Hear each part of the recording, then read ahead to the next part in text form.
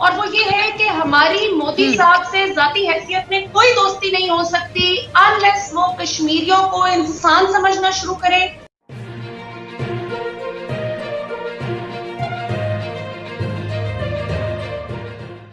मुझे पता चला था कि आपको कोरोना वायरस हुआ और आपकी बेगम को भी। पहले तो मैं आपसे आपकी सेहत के बारे में भी पूछना चाहूँगी कि अब आप कैसा महसूस कर रहे हैं, और साथ ही मेरा सवाल भी है कि पाकिस्तान और भारत के दरमियान जनसब जो सबसे बड़ा मसला है वो मकबूजा कश्मीर का है, वो मकबूजा कश्मीर का है, और मुकम्मल हमने देखा कि शटर डाउन हड़ताल थी। सर, भारत ये समझता है कि बुरहान वानी जैसे नौजवानों को पाकिस्तान मकबूजा कश्मीर में भेजता है या फिर फंडिंग करता है, इस तरह आप सोचते हैं? भारत ये क्यों नहीं समझता जनरल साहब कि बुरहान वानी कोई शख्सियत नहीं है बल्कि एक किरदार है, और जब तक भारतीय फौज मकबूजा कश्मीर में मुजालिम जारी रखेगी वहाँ पे बहुत से बुरहान वानी पैदा होते रहेंगे। डॉक्टर फिजा, सबसे पहले तो मेरा आपको, आपके पैनलिस्ट को और देखने वालों को नमस्कार। आपने कोरोना के बारे में पूछा। हाँ, मैं और मेरी वाइफ दोनों कोरोना का शिकार थे। हम अस्पताल में रहे 16-17 दिन। फिर जब नेगेटिव रिजल्ट आए तो हम घर वापस आ गए हैं। मेडिकली अभी ठीक है, फिजिकली वीकनेस आने में टाइम लगेगा। Thank you. अभी आपने देखिए, मैं उन लोगों में से हूँ जो अभी भी उम्मीद रखता हूँ कि दो पड़ोसी मुल्क हैं। समय आएगा जब दोनों अमन से रहेंगे, दोनों में रिसोर्सेज हैं, टैलेंट है, मिल के रहेंगे और मिल के तरक्की करेंगे। ये उम्मीद कब पूरी होगी मुझे नहीं पता। अभी आपने फिर वही बुरहान वानी का, बुरहान वानी पूरी क्यों नहीं हो पा रही ना? इसमें भारत का आप एक उम्मीद का इजहार किया, आपने एक अच्छी ख्वाहिश का इजहार किया कि पड़ोसी ममालिक को कैसे रहना चाहिए। लेकिन जनरल साहब, आप अपनी अगर बीजेपी की गवर्नमेंट को देखते हैं, नरेंद्र मोदी जब से आपके वजीर आजम है, आप उनकी पॉलिसीज देख रहे हैं, उनके बयानात में इंतशार पाया जाता है। वो हमेशा पाकिस्तान दुश्मनी की बात करते हैं, बल्कि मुसलमानों को तंग किया जा रहा है भारत में। फिर वो अपना रवैया क्यों नहीं तब्दील करते? डॉक्टर फिजा, अगर आप प्रेजुडिस, पक्षपात का चश्मा पहन के सरहद के पार देखोगे तो आपको हर चीज नेगेटिव नजर आएगी। भारत पाकिस्तान के बारे में ऐसा नहीं सोचता। जिस नरेंद्र मोदी की आप बात कर रहे हो, वो तो पॉलिटिकल रिस्क लेके लाहौर भी आए थे, लेकिन मिला क्या, एक हफ्ते में पठानकोट अटैक हुआ, उसके बाद उड़ी हुआ। तो ये अगर आप इम्पार्शियली चीजों को देखें तो आपको लगेगा आप अच्छा, आप जो कह रहे हैं पॉलिटिकल रिस्क लेकर लाहौर आए थे, क्या मसाइल के हल पर बातचीत करने आए थे? क्या कोई बहुत बड़ा जो मसाइल थे पाकिस्तान भारत के, उस पर डिस्कशन करने के लिए आए थे? मसला कश्मीर के हवाले से टेबल टॉक करने के लिए आए थे? क्या करने आए थे, जरा ये भी बता। अगर आपकी बात मानी जाए कि हम पाकिस्तान के खिलाफ हैं, तो पहली बात तो हमारे वजीर आजम पाकिस्तान में क्यों आएंगे? वो आए थे क्योंकि उनका मन साफ था। मैं आपसे पूछ रही हूँ ना, क्यों आए थे बताएं ना।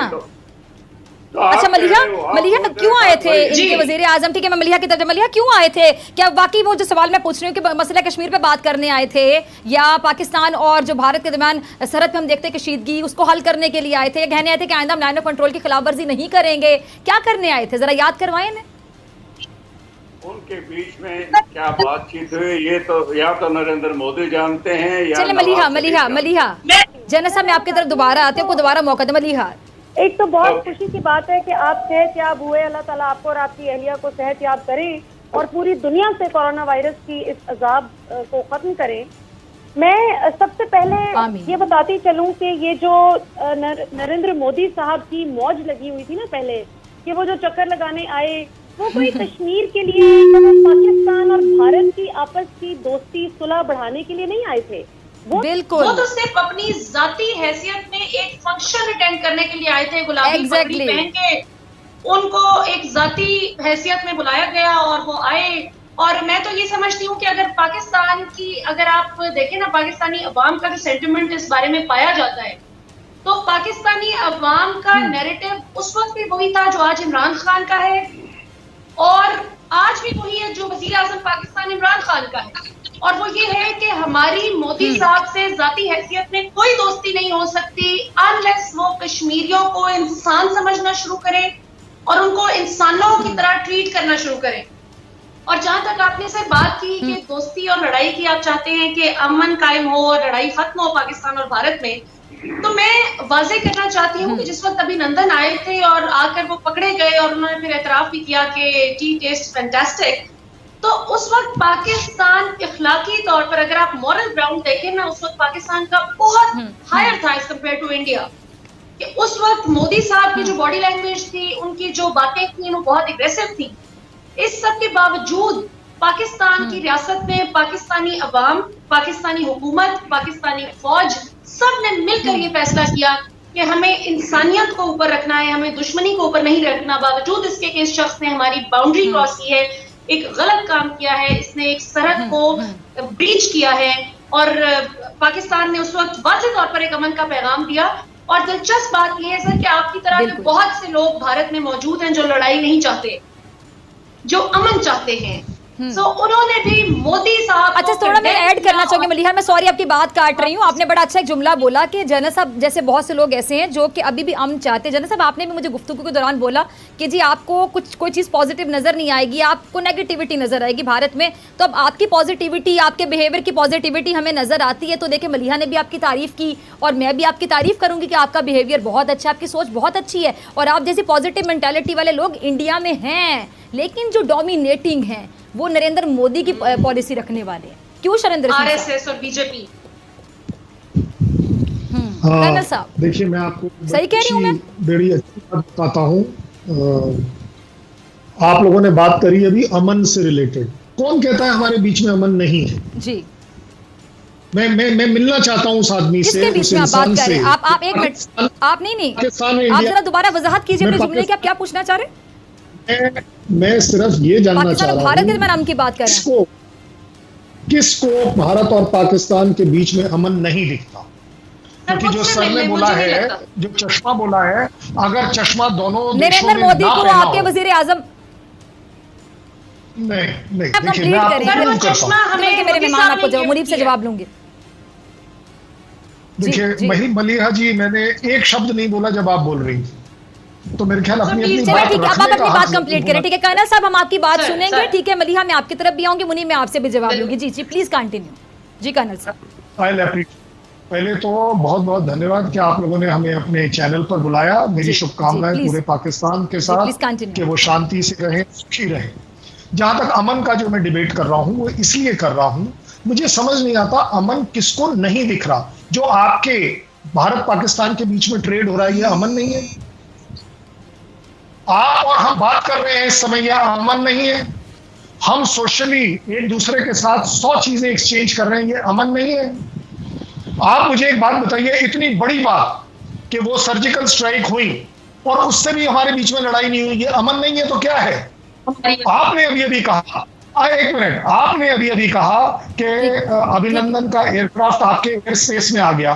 पूरी दुनिया जानती है, ये दुनिया का दस्तूर है कि अगर आप एक दूसरे की एयर स्पेस वायलेट करते हैं तो ये एक्ट ऑफ वॉर माना जाता है और इसके बेसिस पर आप लड़ाई लड़ सकते हैं। हम दोनों देशों ने तो नहीं लड़ी। समझ में आई बात? पाकिस्तान को भी समझ आई, हिंदुस्तान को भी समझ आई कि ये सिर्फ टेरर स्ट्राइक के अगेंस्ट है, ये सिर्फ वो टेरर कैंप के अगेंस्ट है। आपने कहा कि हमने लड़ाई तो नहीं लड़ी, कि नरेंद्र मोदी साहब तो खुलेआम धमकियां लगाते रहे। मुनीब कादिर, जहां तक मुझे याद है कि नरेंद्र मोदी साहब तो खुलेआम धमकियां लगाते रहे थे, और हर वक्त वो इस तरह ही लगता था कि जिससे उनके सर पर सिर्फ और सिर्फ ये जंगी जुनून सवार है कि किसी तरह पाकिस्तान में हमला कर दिया जाए। जबकि हमारे पार्लियामेंट में हमारे वज़ीर आज़म से लेकर तमाम, अगर मैं मिनिस्टर्स की बात करूं, बहुत अच्छा किरदार, शाह महमूद कुरैशी साहब का भी बहुत अच्छा किरदार। मुनीब, बाकी आप जरा वाज़ेह करें कि हमने बार बार अमन की बात की, हमने बार बार ये बताया कि जंगें शुरू होना आसान हो सकता है, लेकिन एटमी पावर्स के लिए फिर उसको खत्म करना फिर आप में से किसी के कंट्रोल में नहीं हो सकता कि हालात को काबू कैसे किया जाएगा। जी मुनीब, बाकी आप जरा याद करवाइए शैलेंद्र साहब को। जी, ये जो भारत से हमारे मेहमान हैं, इनके ये जो सेंटिमेंट्स हैं, एहसासात हैं, इनकी जो भावनाएं हैं कि हम लोगों को अमन चाहिए एक दूसरे के साथ, हमने एक दूसरे के साथ सुलह करनी है, दोस्ती करनी, कोई लड़ाई नहीं है। देखिए, इन्होंने कहा है कि क्योंकि हम इस न्यूज चैनल पर बैठ के बात कर रहे हैं तो ऑटोमेटिकली पाकिस्तान और भारत के बीच बहुत अमन है। तो मुझे ये बताएं कि न्यूज चैनल के ऊपर तो आपके मोदी आने देते हैं आपको हमारे साथ डिबेट करने के लिए, बल्कि आपके जौन से ये अनब गोस्वामी वगैरह भी हैं, इंडियन मीडिया, पाकिस्तानी मेहमानों को डिबेट करने के लिए, लड़ने के लिए तो बहुत बुलाते रहते हैं न्यूज चैनल पे। लेकिन जब पाकिस्तानी फनकार और मौसीकार, जब वो इंडियन फनकारों के साथ मिलकर सिर्फ इंस्टाग्राम लाइव वीडियोस ही कर रहे थे, तो उसके ऊपर बैन क्यों लगा दिया नरेंद्र मोदी ने? ये अभी अली सेठी जो हमारे सिंगर हैं और आपके बहुत सारे सिंगर, विशाल भारद्वाज आपके उधर फिल्म डायरेक्टर हैं, रेखा भारद्वाज, वो मिलकर सिर्फ सिंगिंग सेशंस रख रहे थे इंस्टाग्राम के ऊपर, तो उनको नोटिस आ गया मोदी की तरफ से कि आप लोग पाकिस्तानी आर्टिस्ट्स के साथ मिलकर इंस्टाग्राम लाइव सेशंस भी नहीं कर सकते, पर टेलीविजन पे जरूर लड़ सकते हो। वो ठीक है, तो फिर कौन है जो कि इसमें ये भी ऐड कर देना कि हमारे बहुत से जो आर्टिस्ट जो वहाँ पे काम करने गए थे, मुझे याद है उनको धमकियां दी गई थी कि वो भारत में काम नहीं कर सकते। टैलेंट की भी कुछ सरहद होती है क्या? इन्होंने तो टैलेंट की सरहदें भी कायम कर दी। जी, और फिर दूसरी बात भी मैं करना चाहता हूँ, इन्होंने ये कहा कि देखें कोई जंग तो नहीं हुई, कोई कुछ तो नहीं हुआ। जब आप किसी टेरिटरी पर जाते हो, किसी सरहद को पार करते हो, तो वो एग्रेशन होती है। जी, इन्होंने ये कहा। मैं आपको ये बता दूं, बालाकोट स्ट्राइक किसने करने की कोशिश की थी? भारतीय सेना ने। उस जंग को किसने रोका? अभिनंदन को हम लोगों ने पकड़ लिया, सारा कुछ हुआ, लेकिन कोई उसके अंदर वेंजेंस नहीं थी, कोई विशसनेस नहीं थी। पाकिस्तान ने अभिनंदन को चाय पिलाकर वापस लौटाया, और अभिनंदन ने पाकिस्तान के हमारे जितने भी फौज के रवैये कितनी तारीफ की जाकर। अब ये कुछ भी कह ले हैं जी। मैंने कहा अभिनंदन ने पाकिस्तानियों के रवैये की कितनी तारीफ की कि उसको कितने अच्छे तरीके से ट्रीट किया गया पाकिस्तान। बिल्कुल।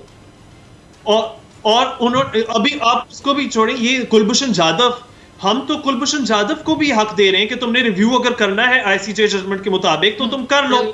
वो तो उसने चॉइस एक्सरसाइज की है कि उसने रिव्यू पिटिशन कोर्ट की नहीं इन्वोक करनी, पर पाकिस्तान ने अपनी सारी ड्यूटी पूरी की है आईसीजे जजमेंट के मुताबिक। और मैं एक और बात ऐड कर दूं कि आईसीजे ने कुलभूषण के हवाले से ये कहा था कि जो कन्विक्शन हुई थी कुलभूषण जाधव की वो बिल्कुल ठीक थी और उसका पाकिस्तान को पूरा हक, पूरा अधिकार था। तो हम अमन पसंद हैं और मुझे इसी बात का फख्र है कि हम अमन पसंद हैं। आप भी उसको रेसिप्रोकेट कीजिए प्लीज। ठीक है जनरल साहब, जनरल राज कादियान साहब आपकी तरफ आना चाहोगे। जनरल साहब, आप हमेशा अमन की बात करते हैं, शांति